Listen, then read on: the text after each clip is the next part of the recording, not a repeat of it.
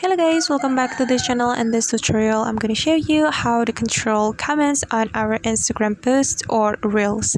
So let's get started. First of all, open your Instagram application on your phone, and after that you can click on this profile button right here and select the post or reels that you want to control the comments. And for example, I'm going to select this one, so just tap on the post. And if you want to control the comments, we can go to the comment section right here, tap on the comment button. Then this is the comment on my Instagram post. So if we want to take control of this comment, we just need to tap and hold on the comment. Then we can choose either we want to report, delete, or block account. And if we want to turn off the commenting, we can click on this three dots button. Then just tap on the turn off commenting option. Okay, and now the comments are off.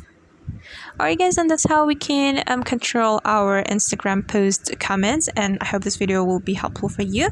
Thank you so much for watching, and if you find this video is useful, don't forget to hit the like button, leave your comments, and also subscribe to this channel. See you on the next video.